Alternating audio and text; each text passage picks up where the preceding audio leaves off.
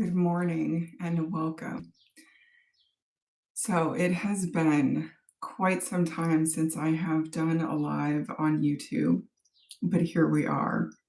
And what an auspicious event that brings us together again today. I am welcoming those of you who are joining live. And as you're joining, feel free to drop in the comments where you're tuning in from and what you're looking forward to out of today's sound ceremony. That would be super helpful.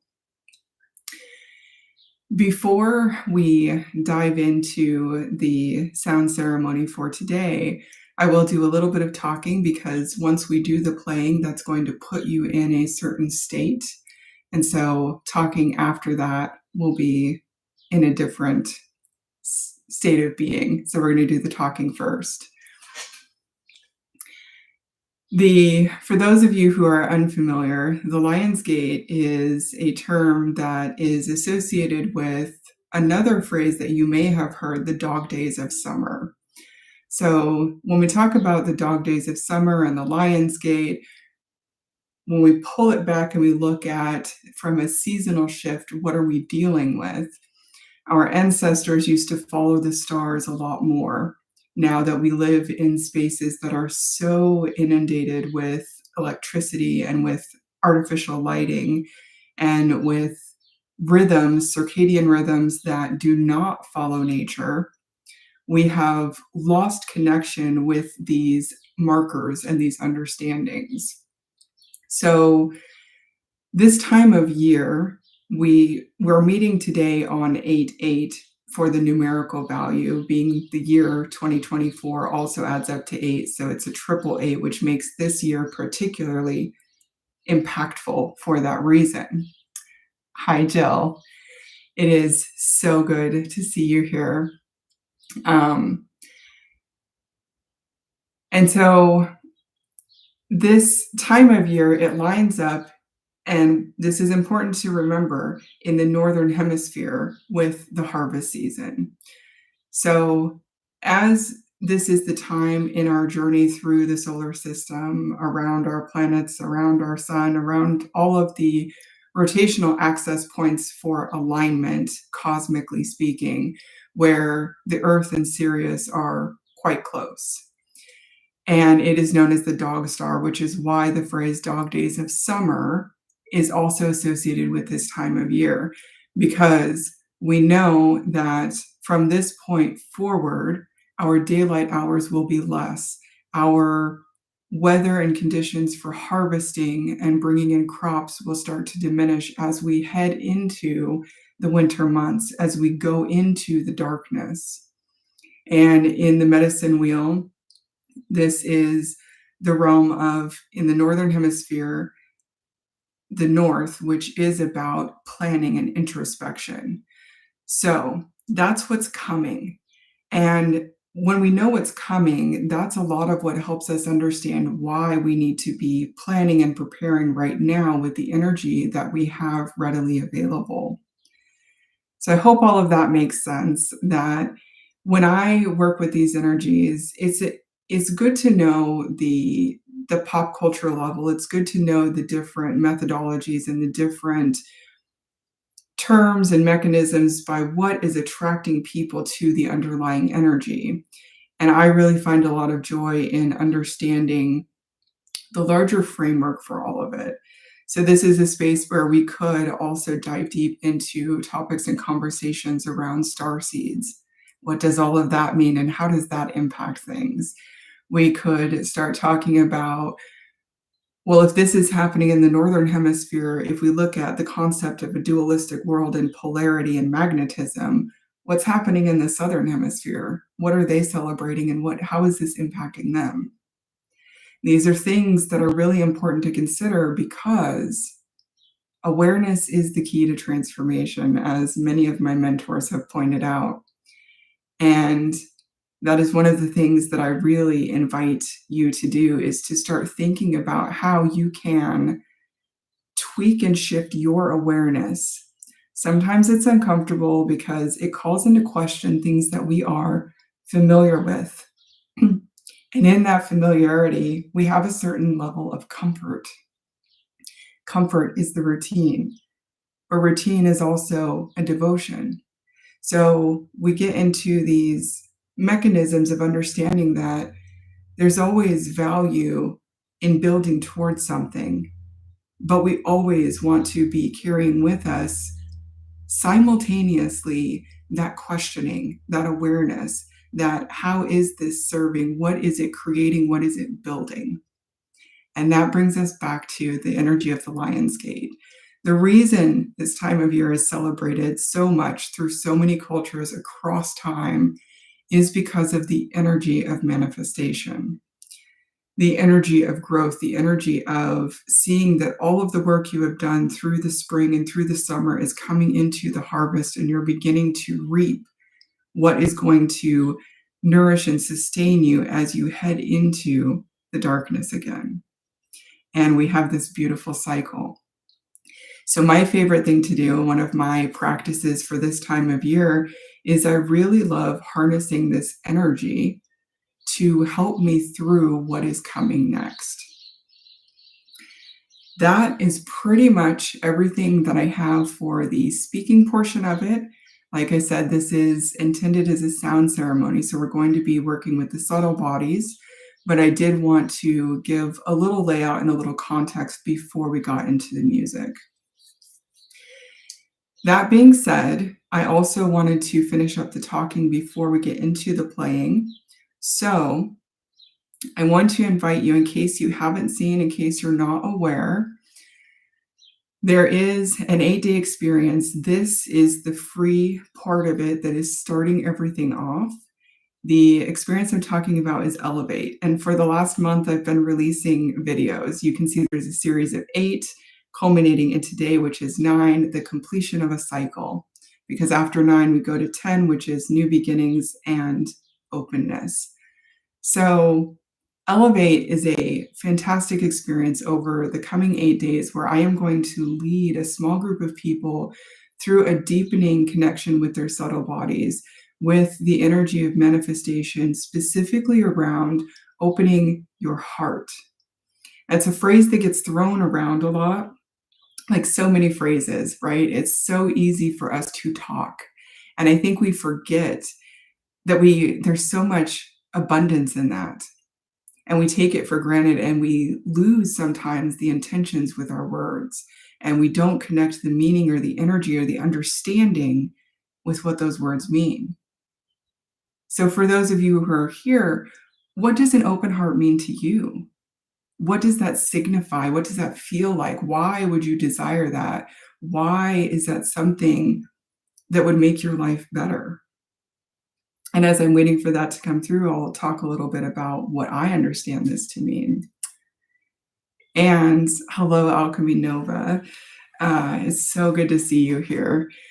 That's this community, this channel, we are representing now, because I know the people who are talking, I have relationship with, because my goal is always to be around community. So we have representation from Mexico, we have representation from Arizona. I'm up in Washington State in the Pacific Northwest. I would love to hear where you guys are coming from. Okay, and we have Amity is saying, I feel an open give and take with others in your life. That's what an open heart means for her. And what's beautiful about that is that speaks to a neutral place, right? Because being in a space where you can hold that neutral space of being able to give, which I think many of us are very familiar with the energy of giving, especially women, especially mothers. Receiving is a little bit harder, and receiving is the true feminine energy. It's the true feminine attribute, whereas giving is the more masculine attribute. So on the heels of that, what I can say for me and my experience is that an open heart is about returning to your joy. It's about returning to all of the things that light you up in life, because from that space, all the rest of it is easy. And just so many of us have lived lives, and we have spent time being conditioned and trained how to socialize acceptably and appropriately, that many of these things have fallen away over time. And that's what we're going to start to reawaken today. And then we're going to deepen even further through each of the 8 energy centers running along our spine. It's 8 because I'm including the zeal chakra, which is one that most people are not talking about, and yet it's part of our column. The zeal chakra is also known as the mouth of God. It sits above the throat and below the third eye, right at the base of the neck, where the spine and the skull connect. So if you want to learn more about that, if you want full access to the entire unedited version of the 8 sound ceremonies that have been listed on YouTube, I invite you to join Elevate. When I'm done here, I'll drop the link. The investment is $88 to join, and there is a VIP upgrade for $888, which will allow you to extend the experience, the guidance, the support, and all of the ways in which I work for a full month rather than just the 8 days.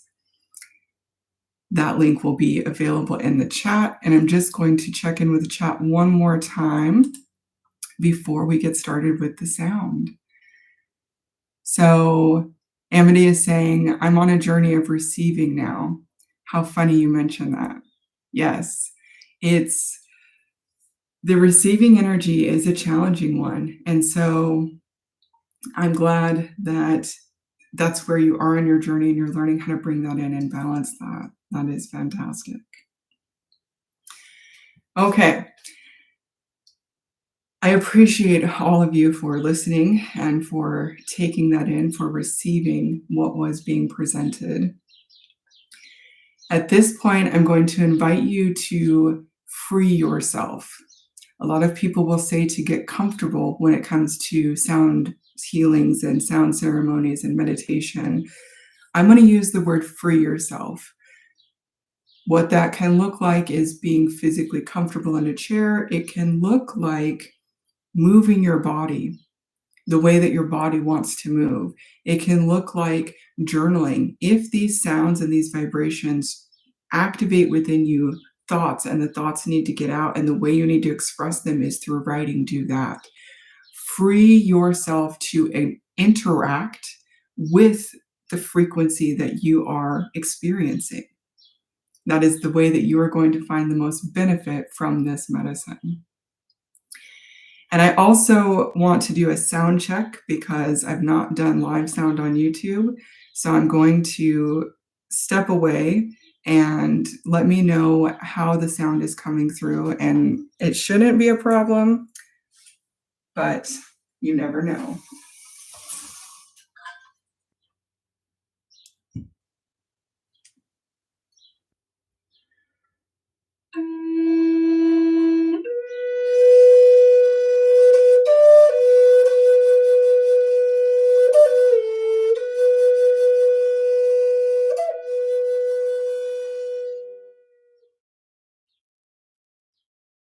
Okay, we've got a thumbs up on the sound, so that is fantastic. Okay.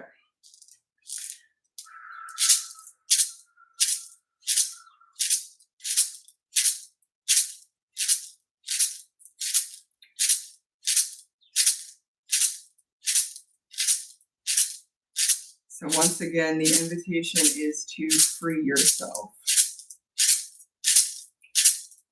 Be open to receiving the messages that are meant for you within this experience. Tuning into and specifically attending to your heart. What brings your heart to life?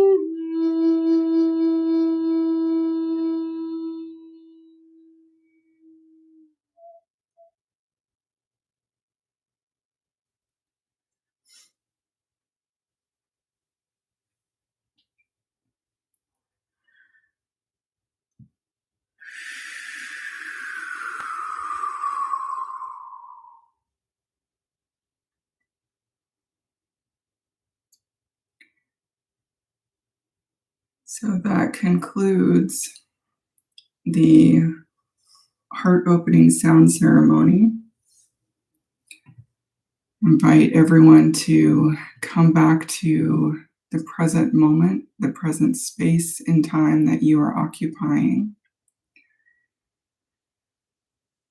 And the invitation is to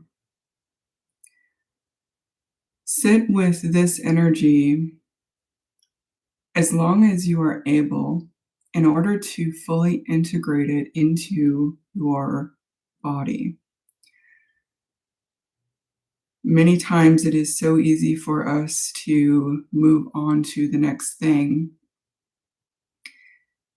And the practice of finishing what you start is important in this kind of work. This can be done quickly. So if you have a bunch going on and you decide that you want to have this integrated and on board and processed within the next 5 minutes, you have the power to decide that that's all it's going to take. You also have the power to decide that this opened things and it moved things and it started a process. I'm going to finish it within 5 minutes and I'm going to come back to it later. You truly are a powerful co-creator of your life. I was going to say much of the work I do here is to remind you of that, but that is incorrect. Everything I do is to remind you of that, to bring you back to the power of your body, to reconnect you and unify you so that you are walking in your magnetism in life, that you are calling in the soul family from Mexico and Arizona and the UK and wherever these souls are in the world. That while we are going about our lives, living in our space and our time, making a difference, we also are capable of connecting in and refreshing and reviving.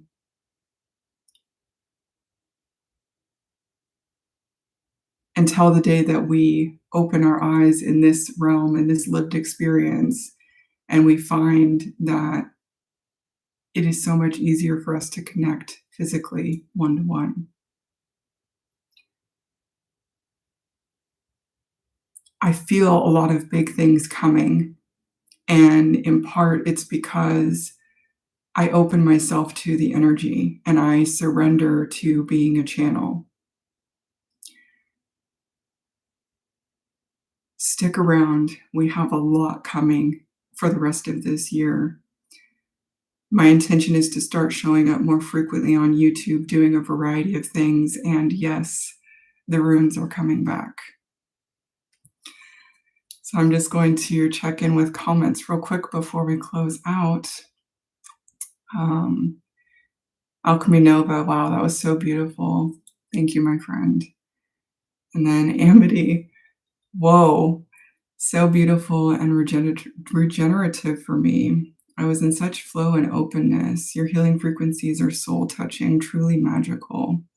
And then Alchemy's, yay, that the runes are coming back. Oh, the final thing I'm going to say before I close this out is that there were a few people who joined while we were live who didn't stick around or didn't comment. But part of the frequency that you are feeling and connecting with is everyone who was connected to this space and everyone who will be connected. And that is the power of energy. And the reason it was magical and you felt it is because you contributed to it. So that's what Amity was saying, the giving and the receiving. It's beautiful. And in the world of runes, this is Gabo. It's represented by an X, equal give and take, reciprocity. So that is beautiful energy for our heart center. And the more each of us can plug into that and truly understand how to embody that balance, that reciprocity, the more we will have moments like this on a day-to-day basis. So I am sending you all so much love and gratitude. I appreciate you for being here this morning. And I will see you in future videos. Have a good day.